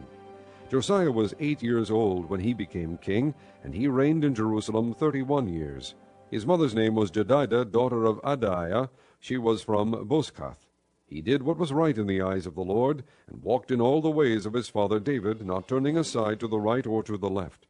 In the 18th year of his reign, King Josiah sent the secretary Shaphan, son of Azaliah, the son of Meshullam, to the temple of the Lord. He said, Go up to Hilkiah the high priest, and have him get ready the money that has been brought into the temple of the Lord, which the doorkeepers have collected from the people. Have them entrust it to the men appointed to supervise the work on the temple, and have these men pay the workers who repair the temple of the Lord, the carpenters, the builders, and the masons. Also have them purchase timber and dressed stone to repair the temple. But they need not account for the money entrusted to them, because they are acting faithfully. Hilkiah the high priest said to Shaphan the secretary, I have found the book of the law in the temple of the Lord. He gave it to Shaphan, who read it. Then Shaphan the secretary went to the king and reported to him, Your officials have paid out the money that was in the temple of the Lord, and have entrusted it to the workers and supervisors at the temple. Then Shaphan the secretary informed the king, Hilkiah the priest has given me a book. And Shaphan read from it in the presence of the king. When the king heard the words of the book of the law, he tore his robes. He gave these orders to Hilkiah the priest, Ahikam son of Shaphan, Achbor son of Micaiah, Shaphan the secretary, and Azariah the king's attendant. Go and inquire of the Lord for me, and for the people, and for all Judah, about what is written in this book that has been found. Great is the Lord's anger that burns against us, because our fathers have not obeyed the words of this book. They have not acted in accordance with all that is written there concerning us. Hilkiah the priest, Ahikam, Achbor, Shaphan, and Azariah went to speak to the prophetess Huldah, who was the wife of Shallum, son of Tikvah, the son of Harhas, keeper of the wardrobe. She lived in Jerusalem, in the 2nd district. She said to them, This is what the Lord, the God of Israel, says. Tell the man who sent you to me, this is what the Lord says.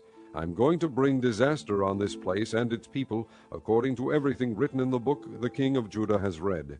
Because they have forsaken me and burned incense to other gods, and provoked me to anger by all the idols their hands have made, my anger will burn against this place and will not be quenched.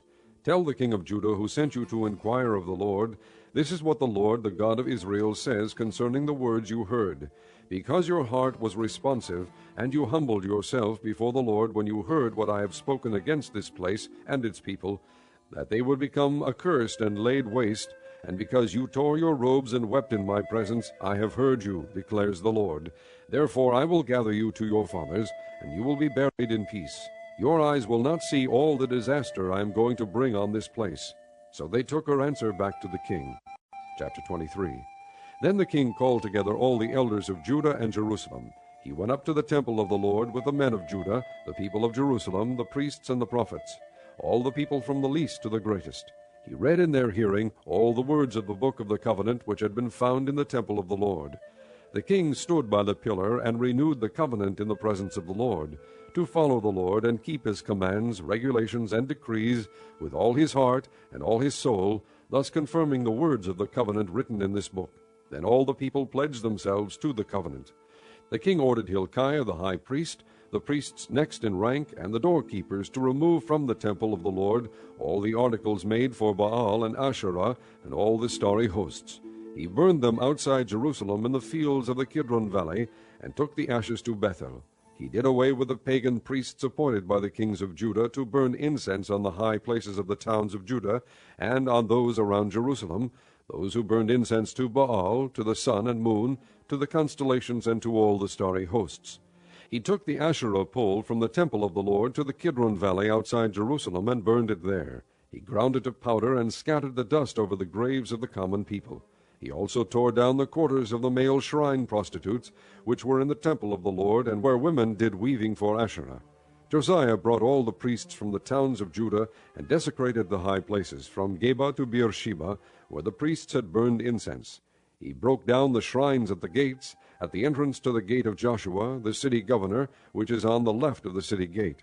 Although the priests of the high places did not serve at the altar of the Lord in Jerusalem, they ate unleavened bread with their fellow priests. He desecrated Topheth, which was in the valley of Ben-Hinnom, so no one could use it to sacrifice his son or daughter in the fire to Molech. He removed from the entrance to the temple of the Lord the horses that the kings of Judah had dedicated to the sun. They were in the court near the room of an official named Nathan-Melech. Josiah then burned the chariots dedicated to the sun. He pulled down the altars the kings of Judah had erected on the roof near the upper room of Ahaz, and the altars Manasseh had built in the two courts of the temple of the Lord. He removed them from there, smashed them to pieces, and threw the rubble into the Kidron valley.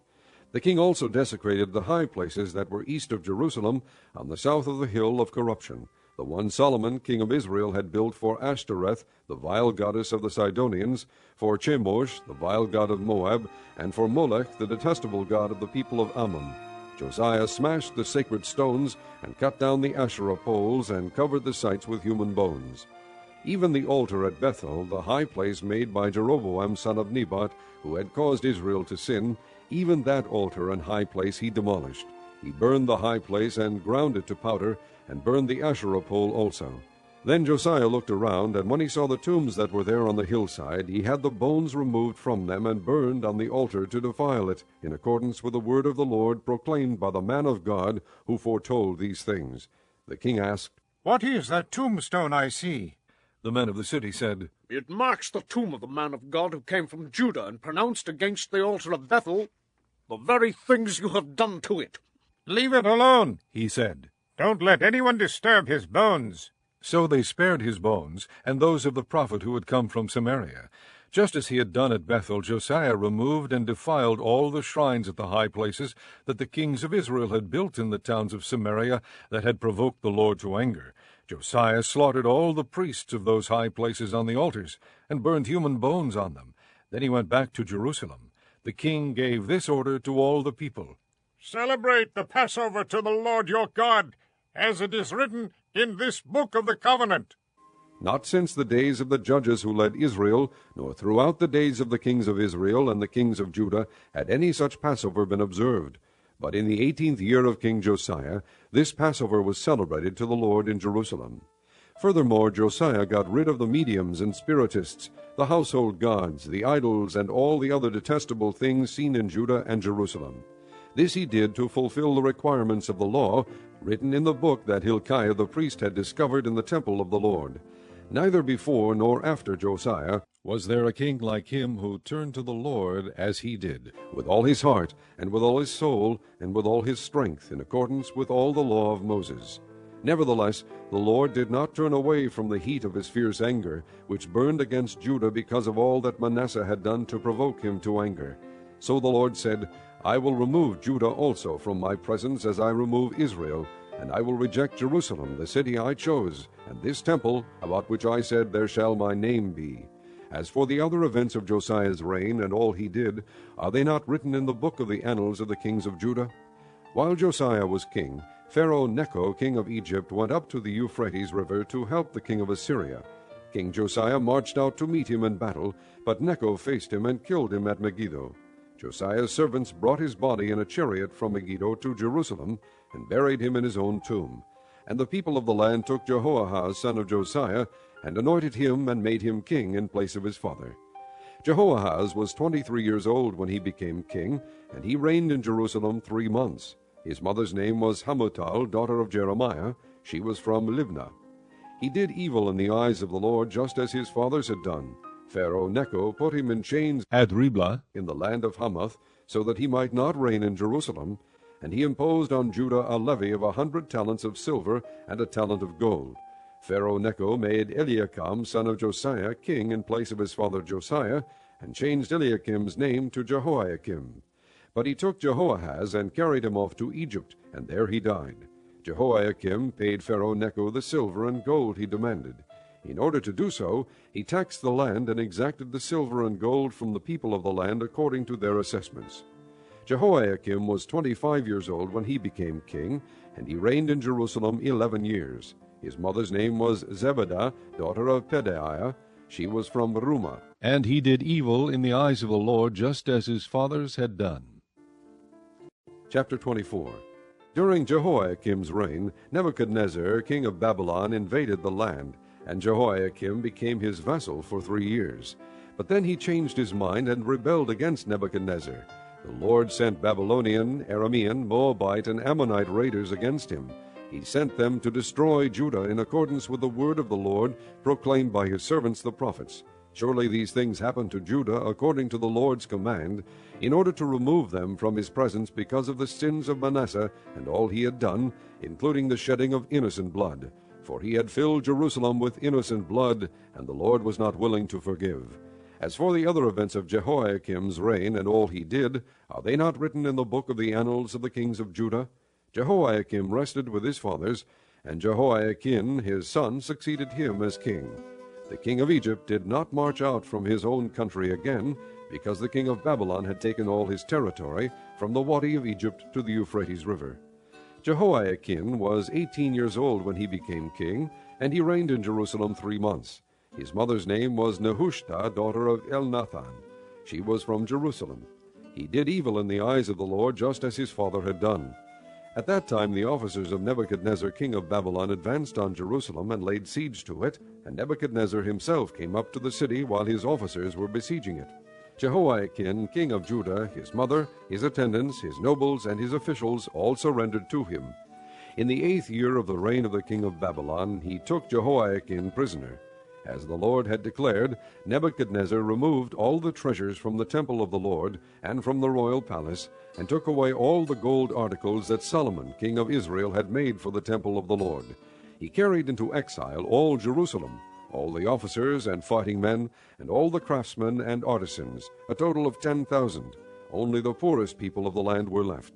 Nebuchadnezzar took Jehoiakim captive to Babylon. He also took from Jerusalem to Babylon the king's mother, his wives, his officials, and the leading men of the land. The king of Babylon also deported to Babylon the entire force of 7,000 fighting men, strong and fit for war, and 1,000 craftsmen and artisans. He made Mattaniah, Jehoiakim's uncle, king in his place, and changed his name to Zedekiah. Zedekiah was 21 years old when he became king, and he reigned in Jerusalem 11 years. His mother's name was Hamutal, daughter of Jeremiah. She was from Libnah. He did evil in the eyes of the Lord, just as Jehoiakim had done. It was because of the Lord's anger that all this happened to Jerusalem and Judah, and in the end he thrust them from his presence. Now Zedekiah rebelled against the king of Babylon. Chapter 25. So in the 9th year of Zedekiah's reign, on the 10th day of the 10th month, Nebuchadnezzar king of Babylon marched against Jerusalem with his whole army. He encamped outside the city and built siege works all around it. The city was kept under siege until the 11th year of King Zedekiah. By the 9th day of the 4th month, the famine in the city had become so severe that there was no food for the people to eat. Then the city wall was broken through, and the whole army fled at night through the gate between the two walls near the king's garden, though the Babylonians were surrounding the city. They fled toward the Arabah, but the Babylonian army pursued the king and overtook him in the plains of Jericho. All his soldiers were separated from him and scattered, and he was captured. He was taken to the king of Babylon at Riblah, where sentence was pronounced on him. They killed the sons of Zedekiah before his eyes. Then they put out his eyes, bound him with bronze shackles, and took him to Babylon. On the 7th day of the 5th month, in the 19th year of Nebuchadnezzar king of Babylon, Nebuzaradan, commander of the imperial guard and official of the king of Babylon, came to Jerusalem. He set fire to the temple of the Lord, the royal palace, and all the houses of Jerusalem. Every important building he burned down. The whole Babylonian army, under the commander of the imperial guard, broke down the walls around Jerusalem.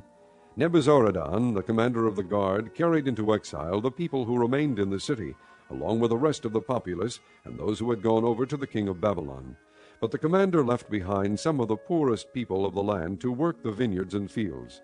The Babylonians broke up the bronze pillars, the movable stands, and the bronze sea that were at the temple of the Lord, and they carried the bronze to Babylon. They also took away the pots, shovels, wick trimmers, dishes, and all the bronze articles used in the temple service.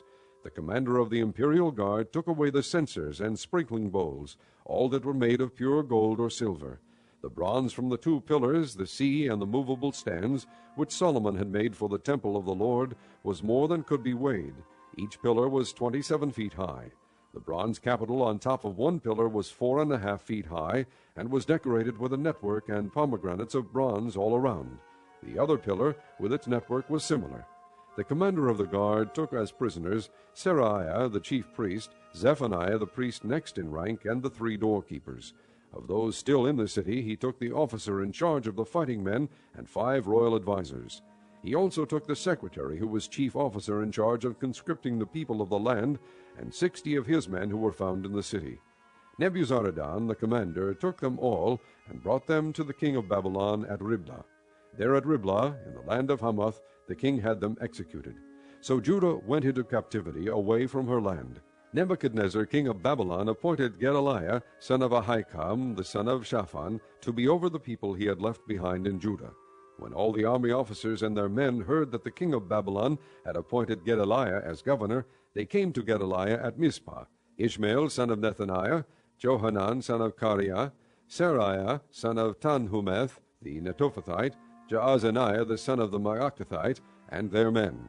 Gedaliah took an oath to reassure them and their men. "Do not be afraid of the Babylonian officials," he said. "Settle down in the land and serve the king of Babylon, and it will go well with you." In the 7th month, however, Ishmael, son of Nethaniah, the son of Elishama, who was of royal blood, came with 10 men and assassinated Gedaliah, and also the men of Judah and the Babylonians who were with him at Mizpah. At this all the people from the least to the greatest, together with the army officers, fled to Egypt for fear of the Babylonians. In the 37th year of the exile of Jehoiakim, king of Judah, in the year Evil-Merodach became king of Babylon, he released Jehoiakim from prison on the 27th day of the 12th month. He spoke kindly to him, and gave him a seat of honor higher than those of the other kings who were with him in Babylon. So Jehoiakim put aside his prison clothes, and for the rest of his life ate regularly at the king's table. Day by day the king gave Jehoiakim a regular allowance as long as he lived.